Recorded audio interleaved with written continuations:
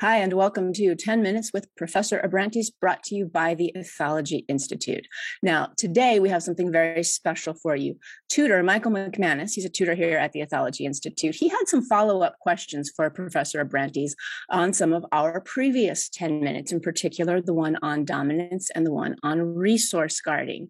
Now, if you know these two, you know their conversations can get very intense and very interesting and go on for quite a while. So we ended up getting way more than 10 minutes. What we're going to do is break them up into chunks for you. So right now we will present the first part of the talk between Michael McManus and Professor Abrantes for 10 minutes with Professor Abrantes. So Michael, very pleased to be here with you again. And I've heard you have some questions for me. I do. I have some questions about dominance and resource guarding. My students are asking about this again, as they often do. And so I've been thinking about it. And I looked at your article, as always, with the resource I go to first whenever I have to talk to my students about this. And the definition you propose is dominant behavior is quantitative and quantifiable behavior displayed by an individual with the function of gaining or maintaining temporary access to a particular resource on a particular occasion versus a particular opponent without injury. If there's injury, it's aggression. And the definition goes on a little more detailed than that. But I'm wondering, how important is it to get access to a particular resource at that particular moment? There's a lot of dominance that seems, or dominant behavior that I see that doesn't have any obvious resource. And it seems to have something to do, it doesn't necessarily seem to do with resources in that, at least not in that moment, maybe in the future. But there's all sorts of examples of dominant behavior where there isn't an obvious resource. Yes, you are absolutely right. And you have already answered your own question. Because there are two ways of understanding the term dominance or dominant behavior. As I explained previously in another of my 10 minutes programs, one of them is the specific behavior that you're seeing and that you just described, which is to gain access to a particular resource versus a particular opponent in a particular situation. And then there is the future to take into consideration, and that is the where we see the second meaning of the term dominant behavior. It's to be understood as in a hierarchy, ranking. Group living confers benefits, but also costs, and to avoid conflicts, you need structures that are well defined. And that's why you find these hierarchies among individuals living in groups. And what you see there in daily interactions where you maybe don't see there is a resource right there, so why is that dog showing the dominant behavior? It is maintaining the position in the hierarchy, which will confer it the priority access to a resource that might come in, 5 minutes, 10 minutes tomorrow. So I have another question about this. So in a lot of the videos we see, it doesn't seem like the dominant behavior is being elicited by a resource, or even it doesn't. Even the person, it seems to be elicited by the behavior of another animal. So we'll see like the video that we talked about a long time ago on the live streams, where the husky goes into the group of dogs and the husky's acting a fool, jumping around, mounting other dogs, and that behavior elicits the dominant behavior. Yes, or submissive behavior in the opponent then. Because we're talking about I like to connect the two, the dominant and submissive strategy, because I like to look at them as evolutionary strategies, which when in conjunction, they form an evolutionarily stable strategy. Dominance and submission are the terms that I like to use, dominantness and submissiveness. And you know it, you are a musician as well, so you know the term dominantness, even if most people don't know that term or don't even think the word exists. But that's true. You see that. But that is again a question of, like the example you gave me, the question of gaining a certain status in the group, so that next time there is a dispute over a resource, then you have the priority access to that resource. So, at the risk of saying something somewhat controversial and having the section clipped out, I have a question. The traditional training program, if you have a dog who's like jumping on you and you apply an inhibitor to the jumping on you, that could be like exactly what the trainers were saying, that this is a form of dominant behavior. No, not necessarily. It can also be just bad manners because the dog didn't learn how to deal with others. If it has been accepted that you jump up at people since the dog was a puppy, then, well, that's the way it is. Well, I mean, the behavior from the trainer is dominant behavior. Which behavior precisely? Of applying an aversive for jumping.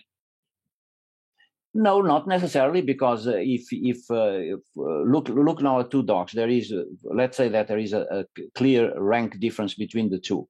There is the one that is on top and the one that is lower in the ranking. And if the top one goes to invades the personal space of the lower ranking one, the lower ranking one would also react to that. That's a different situation. So when the lower ranking individual puts forth some kind of growling, whatever it is, a bark, a snap, whatever it is, what is that behavior? Isn't that not, even though he's lower ranking, is that not dominant behavior? Yeah, exactly. But that's why I think that it's very important to distinguish between specific dominant submissive behavior as a strategy to resolve a problem and the status in the ranking. And lower rankings very often show dominant behavior if there is a special resource that they want. And they show it very clearly. I've seen that very often in my own dogs, where the lower ranking had a bone, for instance, and if the higher ranking came by, she would go, and the higher ranking would just show this kind of pacifying behavior that dominant. High ranking in the what normally is called dominant hierarchy show this kind of pacifying behavior, and then the problem was solved. Okay, that kind of makes sense, and it makes the whole thing a lot more fluid and a lot less rigid. Because we have really to distinguish between the two, and it's not so difficult if you look at us even as humans. It's exactly the same mechanism, actually, because we are very similar to dogs and wolves and coyotes in this aspect. We also use the dominant submissive strategies which form these evolutionarily stable strategies that I was talking about. And look at the family. Normally, the parents, they decide what's going to happen. But sometimes the kids insist on something, and what does the parent say? Okay, let it go, or you look the other way, And that does not mean that the parents lost now the control over the family, or the kid now is running the family. Not at all. It just means that in that situation, the kid is allowed to do as he or she pleases. Sometimes it means they've lost control of the family, though, doesn't it? Like I've seen the parents who have lost control of any. Yeah, you're right. Actually, there are, I guess, far too many these days. Yes. Yeah. Okay. So I've basically stopped using the terminology of that's a dominant dog or that's a submissive dog, but really that's not necessarily. It's just the wrong word choice. I should be saying that's a high-ranking dog. Correct, absolutely correct. Once again, this is sweet music in my ears, Michael, as an ethologist, because you cannot say that a dog is dominant or is submissive, because the dominant and submissive are adjectives of behavior. But you can say that one is higher ranking and the other one is lower ranking. And I know that people don't like these things either, because they think everybody has to be equal and all that. But that's not the way it works. And I would say, even fortunately, it's not the way that it works, because in a group, to function, to survive, we need the wisest, the most experienced to lead the group And normally the elder, of course, are the most experienced and the wisest. So they're in all group living animals. And again, let's emphasize there are costs and benefits. And if you want the benefits, you have to pay the cost. And the cost is that you have to be able to fit in a structure, and that structure is a hierarchy. Yeah, that makes sense. Okay. Good stuff, right? That was part one of the conversation between Michael McManus and Professor Abrantes. There is so much more. We will bring you part two next week. Now, these videos are posted on the ethology.eu website. That's where you're going to find them first, and then we'll start posting them around. But if you want to get, you want to get first crack, you want to see it right when it's posted, right when it's ready, they will be on the ethology.eu website.